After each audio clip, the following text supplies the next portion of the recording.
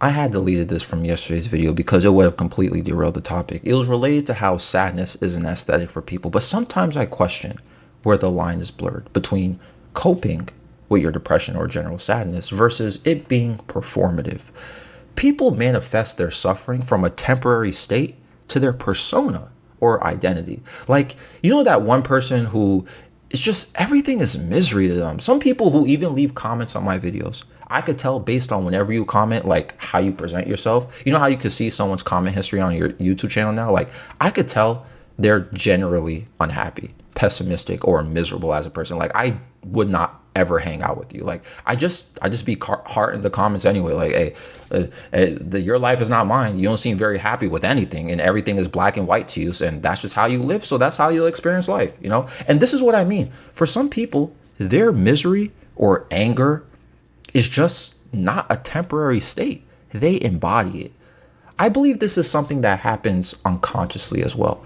When something hurts us, traumatizes us, or causes distress in our life, it will naturally affect us, right? But we never find a resolution or answer to it. So we just stay mad or stressed out or in a state of pain all the time. So this is what I mean about the line being blurred between coping versus performance. I have moments of coping situations. I'll get upset about something that happened in my life and I may share it in a YouTube video. But then, like, as you guys have historically seen, I've been through my ups and downs, right? I still move on to the next thing in my life. I'll get through it, you know? I'm sad or angry or stressed right now, but it will pass. That's coping to me. You're dealing with something, you know? But then there's like performative, treating it like it's your whole livelihood. I mean, like, every day there's something that has to reassure you that you're not even getting through whatever obstacle you had to get through. You're just going to live in it. This is who I am. I'm a sad person type of guy. You know what I'm saying? Like, this sad thing that happened, now you literally program your subconscious to let it be your being. It's so bad that you don't even notice that whatever you're sad about originally isn't even active anymore. Your sadness is not a reaction at this point. It's your personality. Does this make sense? Like, bro, you're not even sad anymore. But this is how you continue to present yourself despite whatever originally made you like this, passing or no longer affecting you that much. You lost your original self. And I've seen this happen to many people. It happened to me in the past too. Like, I've had tragedies in my life where it's like, for me, okay, you know what? I'm not even sad about this anymore, whatever tragedy, right? But my vibe is still sad and depressing, but I'm not even sad like that anymore. However, at this point, I'm just used to being this way now. If you really think about it, you basically redesigned your life to keep a wound open. And I have a theory about why. And this may offend some people.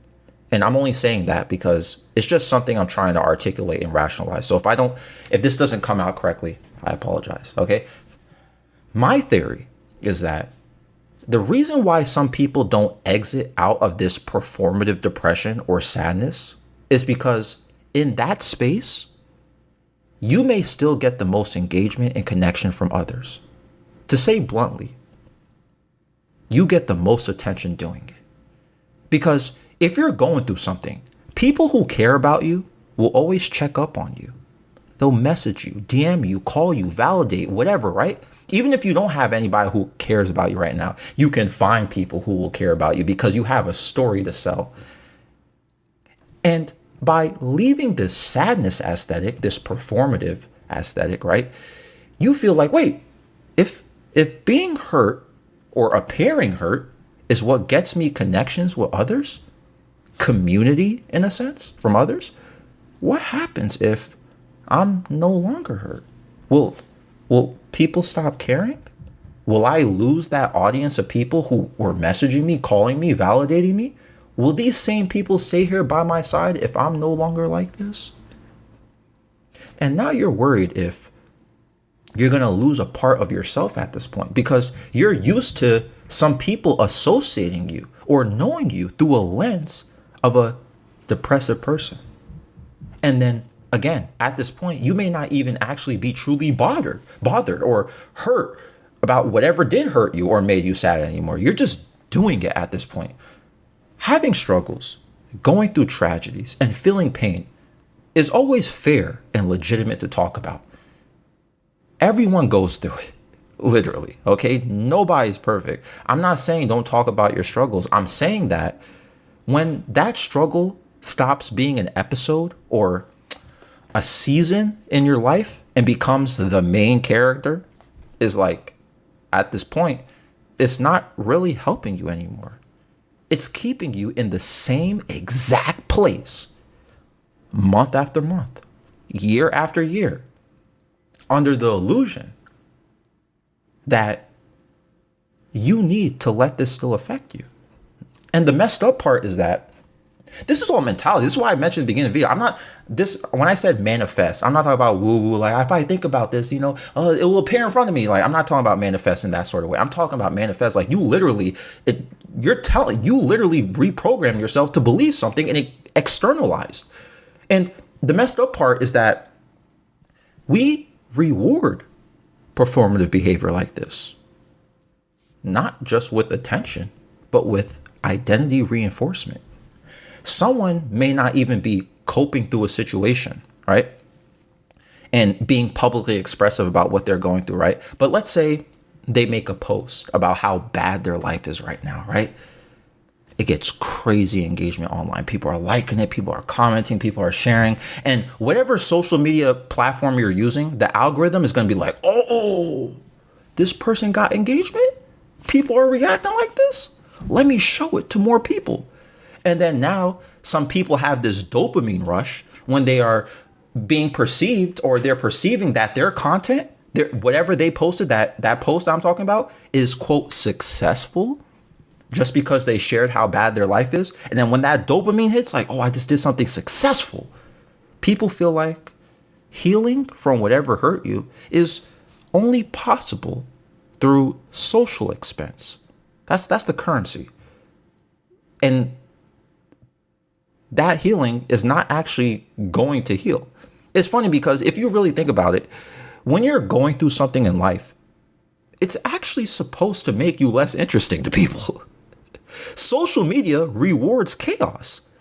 But if you're going through something, there's nothing really chaotic. If you're really sad and depressed, like, you're not supposed to be interesting. People do stupid things to go viral or have explosive moments that are chaotic, right? Because social media, again, rewards chaos. Yet some people have completely reversed this, where now healing feels like chaos to people.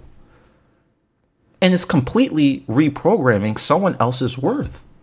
This is what I mean by that social expense. If my healing only relies on me using social expense, then, how am I ever going to heal unless I keep constantly making posts that I'm sad?